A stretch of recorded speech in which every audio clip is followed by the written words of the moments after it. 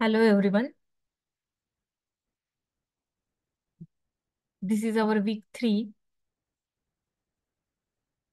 In this session, we are going to learn how to visualize the data.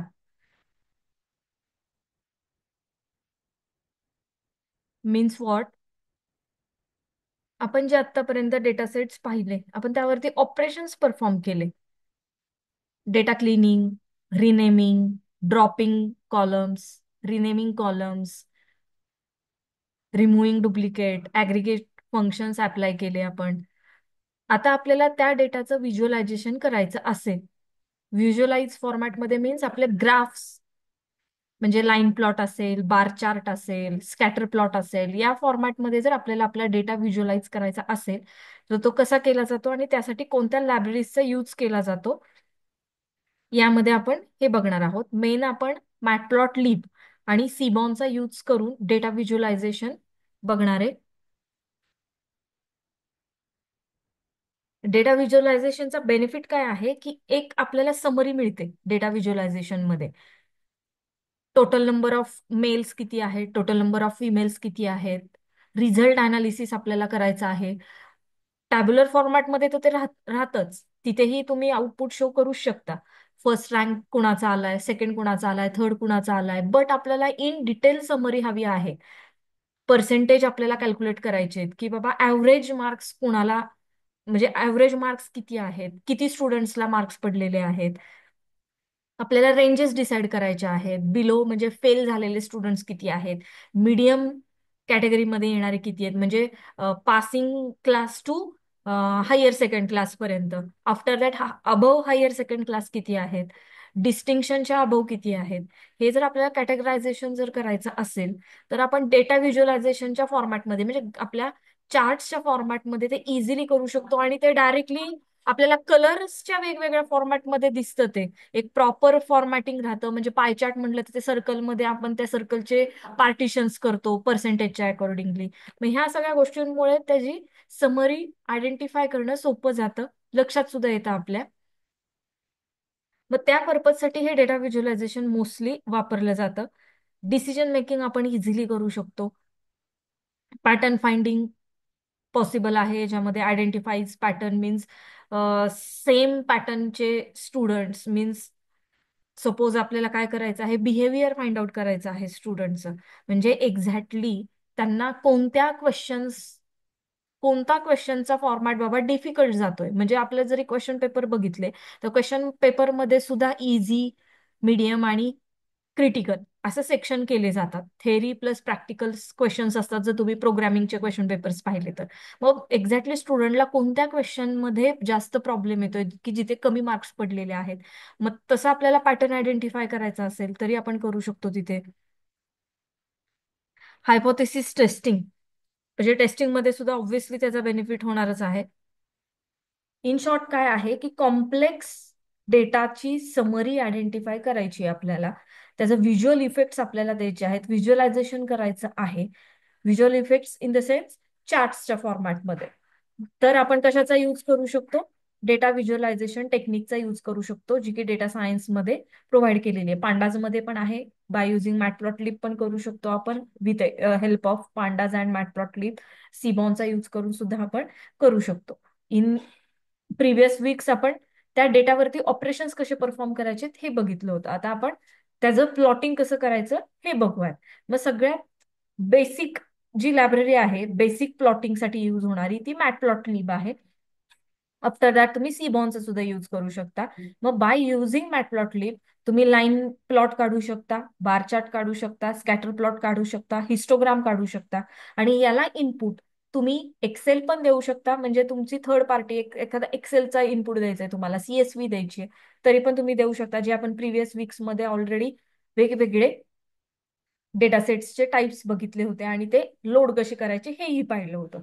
मग तो data पण तुम्ही इकडे या प्लॉटिंगला पाठवू शकता. तुम्हाला जर सपोज आयरिस डेटा सेट असेल किंवा अदर कोणता टायटॅनिकचा डेटा सेट असेल, त्याचा डेटा व्हिज्युअलायझेशन करायचं आहे, तरी सुद्धा तुम्ही बाय युझिंग सीबॉन ते करू शकता, और मॅटप्लॉटलिब सुद्धा.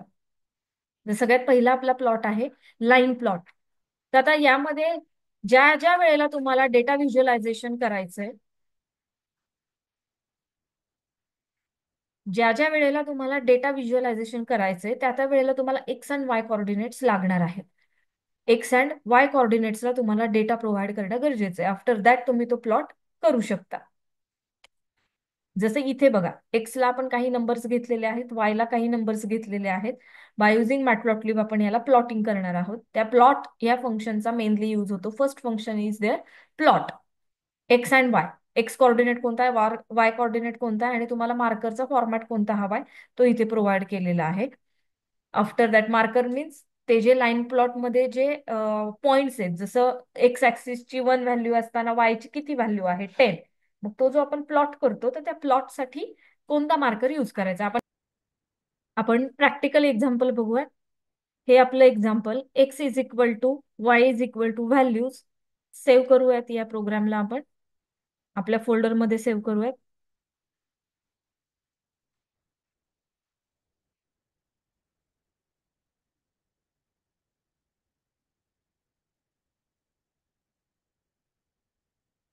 एक विंडो ओपन होईल तुम्हाला प्लॉटिंगसाठी, की त्या विंडोवरती तुम्हाला तुमचा लाईन प्लॉट दिसेल. हे बघा, हे बघा, हे डॉट्स, ओचा मिनिंग ते हे डॉट्स आहेत. ह्या फॉर्मॅटमध्ये तुम्हाला आउटपुट येणार आहे. X axis, Y axis mention केलेले आपण इथे. इथे आपण काय करू शकतो, पर्टिक्युलर लेबलिंग पण देऊ शकतो. म्हणजे तुम्हाला पर्सेंटेजच्या रिलेटेड काही करायचंय तर बाबा त्याच्या रिलेटेड सुद्धा ऍव्हरेज मार्क्स, पर्सेंटेज, असेही लेबल्स तुम्हाला देता येतात. आपण कॉमन एक इन जनरल स्ट्रक्चर घेतलं होतं म्हणून आपण एक्स ऍक्सिस आणि वाय ऍक्सिस असे लेबल्स केलेले आहेत. हे झालं आपला line plot.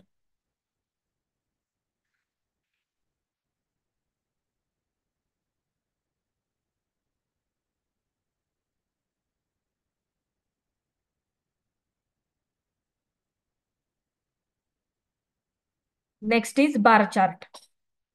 Same x y values लागणार आहेत. इथे थोडंसं आपण वेगळं स्ट्रक्चर घेतलेलं आहे, कॅटेगरीज आणि व्हॅल्यूज. एक्स ला कॅटेगरीज आहेत, वाय ला व्हॅल्यूज आहेत. आपण इथे लेबल्स पण दिलेले आहेत.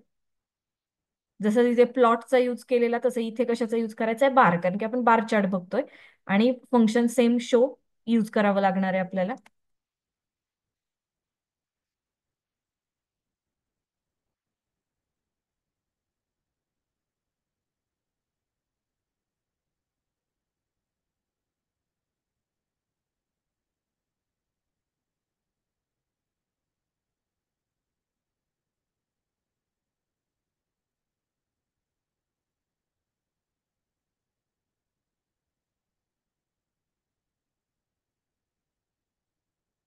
ए, B, C and D. Bar X Y, title is bar chart.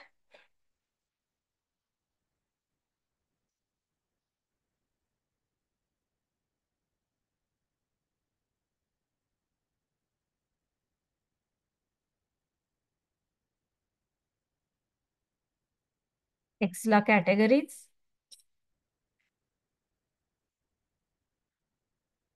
For Y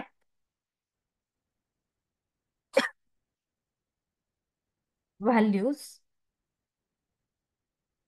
save and run. See दिस.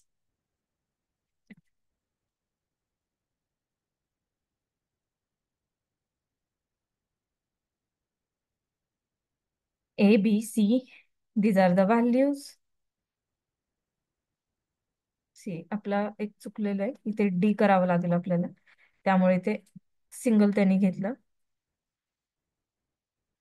री एक्झिक्यूट करू. हम्म. या पॅटर्न मध्ये आपल्याला आउटपुट आलं. एक्स ला आपण कॅटेगरीज घेतलेल्या आहेत, वाय ला व्हॅल्यूज घेतलेल्या आहेत.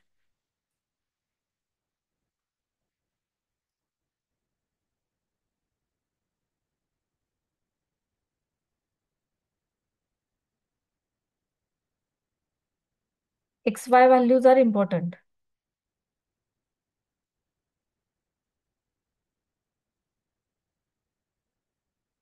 Next, scatter plot without line. जे आपण लाईन प्लॉट बघितला होता, लाईन मध्ये ती लाईन ड्रॉ केली जाते, स्कॅटर मध्ये ओनली डॉट्स असतात.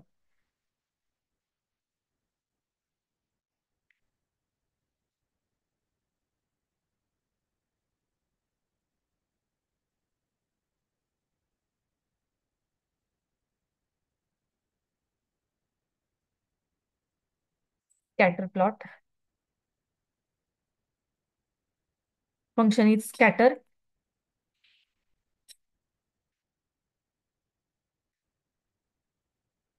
color red, scatter. Let's execute it. See this. त्या डॉट्सचे कलर चेंज केले आपण. सेम एक्झाम्पल, लाईन ड्रॉ केली म्हणजे लाईनचा प्लॉटचा यूज केला, लाईन प्लॉट होईल. विदाउट लाईन हवा असेल तर it calls scatter plot. Scatter plot येईल तिथे, ओनली डॉट्स असतात. After that histogram.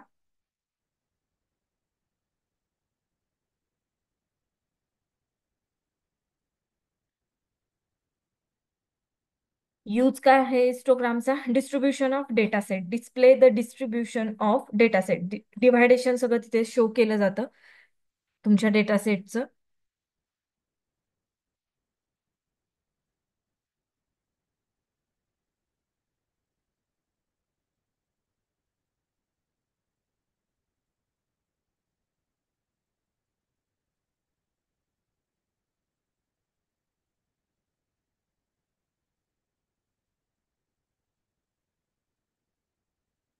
Ocha use केलेला आहे. आफ्टर दॅट टायटल काय हवंय त्याला, एक्स ऍक्सिसला लेबल काय हवंय, वाय ऍक्सिसला लेबल काय हवंय ते तिथे प्रोव्हाइड केलेलं आहे. आणि आफ्टर दॅट काय केलेलं आहे, plot dot show.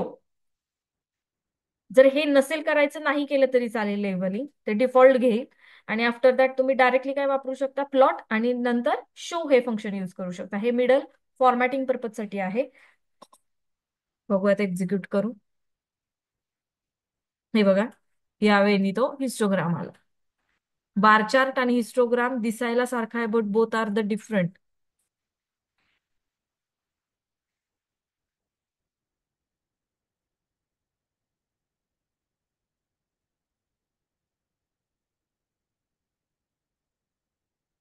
After that Seaborn library. Relationship between variables जर आपल्याला त्या फॉर्मॅटमध्ये जर मॅट्रिक्स डिस्प्ले करायचे असेल तर मग आपण ह्या सीबॉर्न मधला हिट मॅपचा कन्सेप्ट यूज करतो.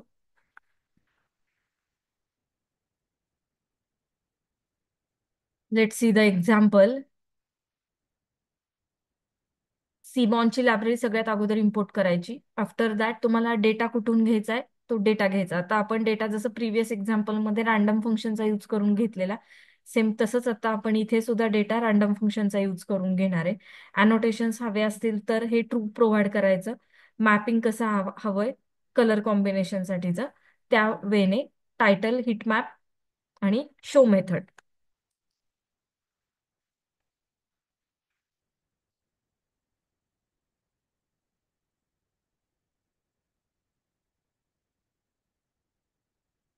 थोडा वेळ वेट करावा लागतो ह्याच्यासाठी. आउटपुट येणार हे बघा, हा झाला आपला हिट मॅप.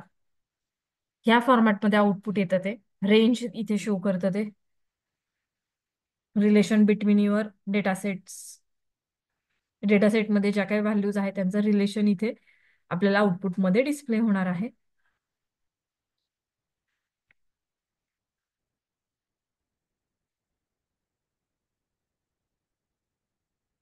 पेअर प्लॉट हवा असेल, पेअर वाईज रिलेशनशिप्स, तर आपण इथे पेअर प्लॉट या फंक्शनचा यूज करू शकतो.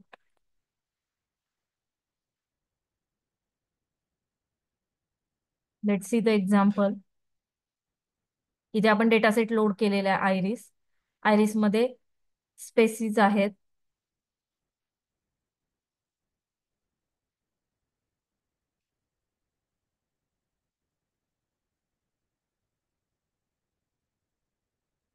पेटल लेंथ, सेपल लेंथ, त्याच्या फॉर्मॅटमध्ये याचं आउटपुट येतं. म्हणजे त्या डेटा सेटमध्ये तो सगळा डेटा बघायला मिळेल तुम्हाला.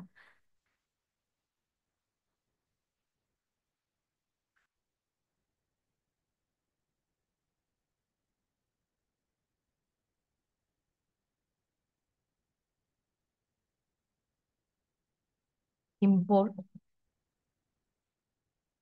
मॅटप्लॉटलिब डॉट pyplot ऍज PLT.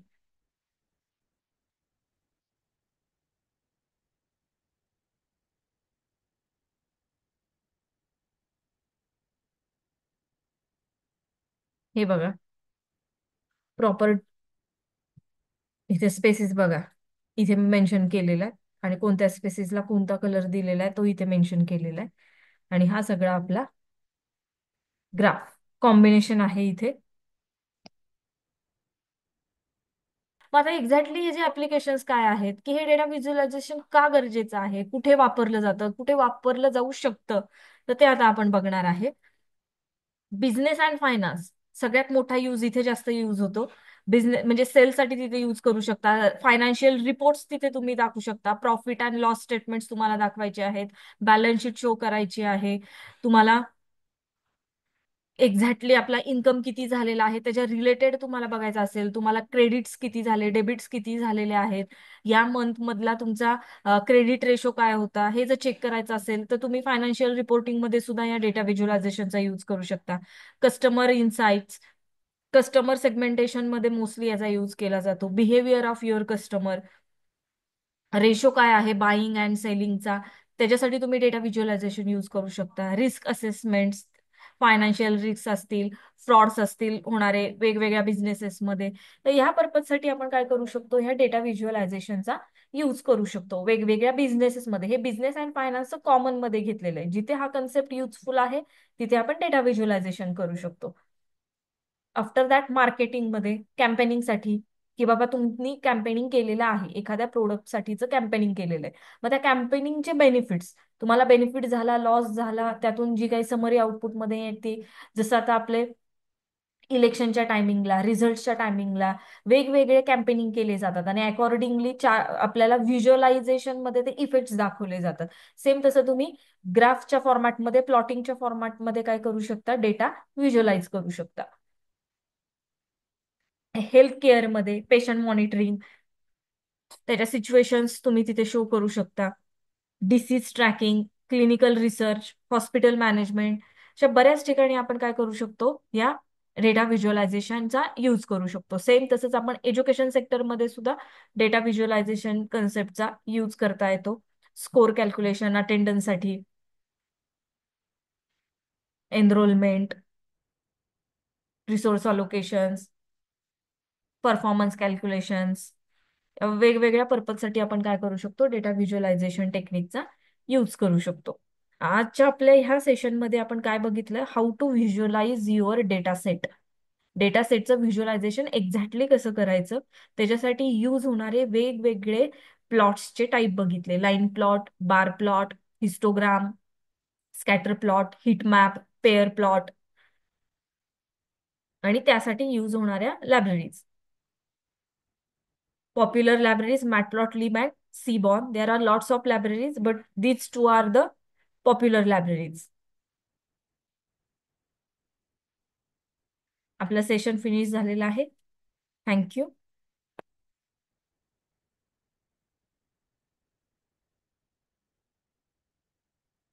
कशाचा यूज केलेला आहे, आपण कशाचा यूज केलेला